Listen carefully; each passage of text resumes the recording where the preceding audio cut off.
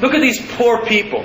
We're such a great church. We're such a kind and benevolent church. So what we're going to do is we're going to ride up on our white horse. We gallop up on our white horse. We've got on our shining armor. We're going to get down off of our horse. We're going to help those poor people. You can even tell the way the vocabulary that people use. You can tell that the way the words that people use. Those people. When we went to help those people. When we did the food and clothing giveaway for those people. If we're not careful, we create a mentality. And I think we do this because of our own inferiority. That there's a whole lot of people that we don't feel like we're on par with. So we have to create a whole other level of people that are worse off than we are. They're those people. You know what I'm saying? Come on, are you with me? Yep. We've all met those people, right? We've got to get to the place where we just see people. Not those people. Just people. Because if we treat people as if they're less, then we will begin to create a dependency. It's the greater helping the lesser. Right? Come on, are you with me? That's right. Yes. On that one, my friend, he put something on Facebook and he called it the one. And what he said in that, he said, when you bring one person into your life, when you allow one person to come in, he said, you bring everybody else with you that they're connected to. And he didn't touch on it, but the more I thought about it, he said, if it's in ministry, if it's in business, whatever, when you bring that one person, you bring that person and everybody connected to him. And the thing that he didn't, and I just meditated, I said, well, when you bring that person, yeah, they're going to have some flaws. And it's those things that a lot of us step away from. It's like, well, they're messed up. We shouldn't think like that. Like, we're going to invite a perfect person into our world, and we're never going to invite a perfect person. The person that had the most impact on my life, it was a man named Jan Nel. And he was a man from South Africa. And I was blessed that there was a period of maybe a half a year to a year where he sowed a lot of things into my life. He bought me my first smartphone. Seems like a little thing, but I didn't have any money. He probably didn't have any more money than I did, but he knew that I needed a phone, and he bought me a phone. I remember driving through South Africa, and I remember Jan looking at the mountain ranges, and he goes, "Randy Mabut." He goes, "You see those mountains?" And I said, "Yes." He goes, "That's your destiny." He says, "You are as big as those mountains." And he said things like that to me over and over and over again. What he was saying was not in alignment with where my life was. He didn't call those things that are as if they are. Which some of us think we're so gifted. And I've been in this camp before. I feel like I'm so gifted to be able to point out people's faults. Sometimes as parents we've got to be really careful this one. We think we're prophetic because we can tell people what's wrong in their life. It's a whole nother gift to look into somebody and see the potential of what they have not yet arrived to, and to begin to speak into that. I see your greatness. I see what a powerful businessman you are. I see what a great speaker you are. I see what an influential person you are. I see how you have this ministry to women. You have this ability to take the young girls that you work with, and you have the ability to go beyond the track. You have the ability to pour something into their lives that makes them better people. You speak into the potential that you see in people's lives, and you speak things that are beyond where they are. But you know it's inside of them. That's a gift. It's a powerful gift. Everybody say this with me. Calling those things that are not as though they are. That's the Bible definition of faith. Calling those things that are not as though they are. I see it in you, even though you may not be seeing it in your own life right now. If we see a person as poor and interact with him or her accordingly, then these assumptions though these assumptions may make me feel better about myself, I'll create an unhealthy dependency. I have 2 family members, and I love them dearly. These family members have between the 2 of them, one is on my wife's side of the family, one is on my side of the family, and these family members have literally sown, in one case, the one family member's probably sown close to $100,000 into Pam and my between buying us cars, buying us a house, and I so appreciate everything that they've done. But now looking back, I think I would have stepped into business way sooner in life had I not been given so much. You hear what I'm saying?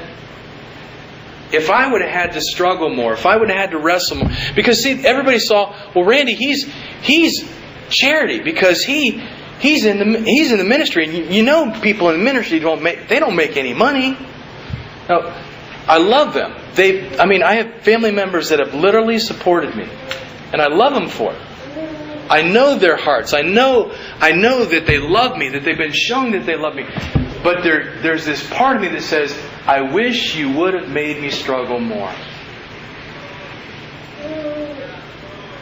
I wish I would have been put into a situation where I would have realized my own ability to make money.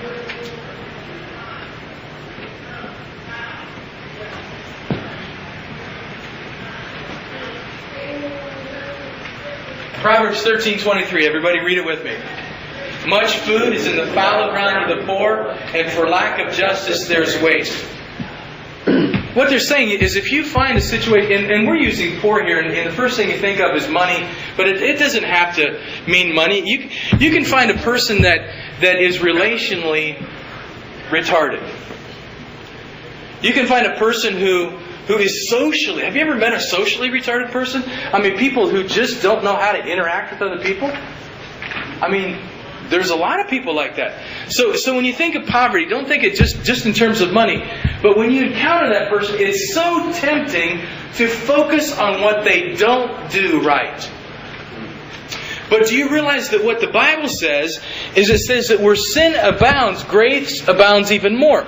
So what that means is that the places where you are the weakest now potentially could be your greatest areas of strength in ministry. I'll never forget, one of the biggest struggles I've had in life has been in the area of marketing and promotions. It seems like I've been the guy that's been really good at making things that I don't know how to promote. And so I convinced myself that I'm just not a marketer. I'm just not any good at that. I've convinced myself that I'm not a promoter. And I was sitting down and spending some time with the Lord. I don't know, this was probably about 6 months ago. And He says, I've called you to promotions. I said, what? I've literally cursed myself in that area. I can't do that. God says, this is the very area where you've been weak that I want to make you strong. He said, I've given you the creativity. I've given you the understanding. I've given you the knowledge. He said, the only thing you don't have is experience.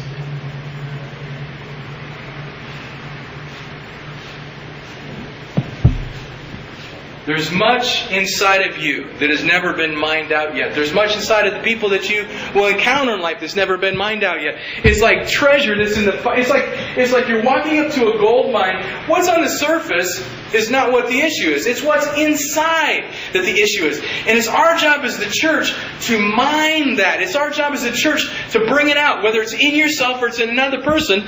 There's much that's in that fallow ground.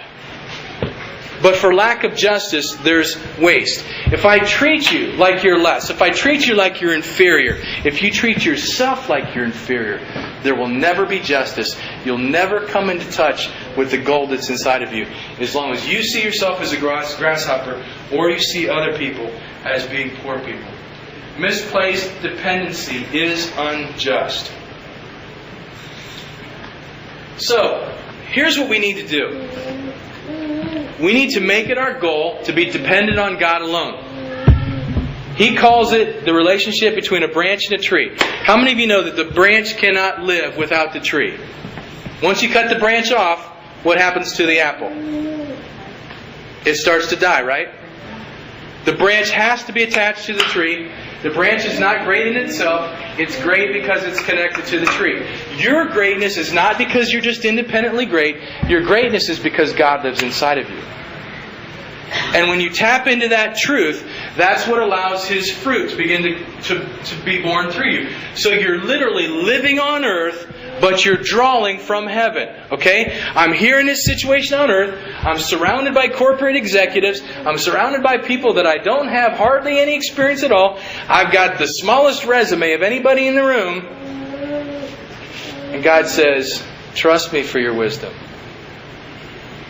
Believe me that if you'll wait on me, I'll make incredibly wise things come out of your mouth.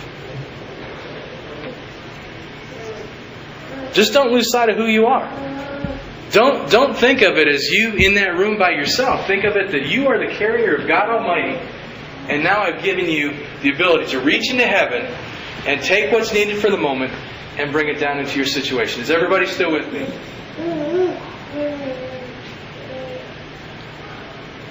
And then teach others to do the same. I'm dependent on Christ. I draw my strength from Him. So as I interact with other people, what I'm going to do is not... What I don't want to do is make you dependent on me. If you guys notice, in some of your cases, my relationship with you has really changed over time. When I first meet a person and they first come to Christ and they don't know how to pray for themselves and they don't know how to do anything for themselves, when my phone rings, I'm pretty quick to jump. After I've known you for a while, the relationship starts to change. It's just like when you have a little baby. How many of you know when you have a little baby and the little baby starts screaming, you respond, right? But Michelle's already learned. I was at her house the other day. She's getting wise. After Timmy starts to get a little older, not all of his screams are because he really needs help. Some of his screams are because he just wants attention. And boy, that little boy knows how to play it.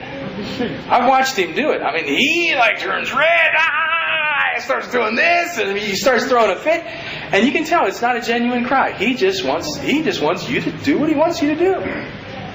A discerning parent knows how to sort that out. And so, I watched Michelle, let him cry for a little while the other day. I know that could not have been an easy thing to do that. She's in there baking cookies, but you learn to discern when do you need to run and when do you just need to let them cry a little bit. My son doesn't do that. Hey, we're not going to ask where he learned it from either. Okay, so you need to, as you interact with other people, your job is, you may be the MASH unit for a little while. You may come in and you may give them the groceries they need. You might give them some finances. You might give them whatever. But what you don't want to do is keep on just giving and giving and giving and giving and giving. Because what happens when you do that is you make them dependent on you. And it feels so good when you do that because they need me. But what you want to do is really you want to teach people how to need Christ, not to need you.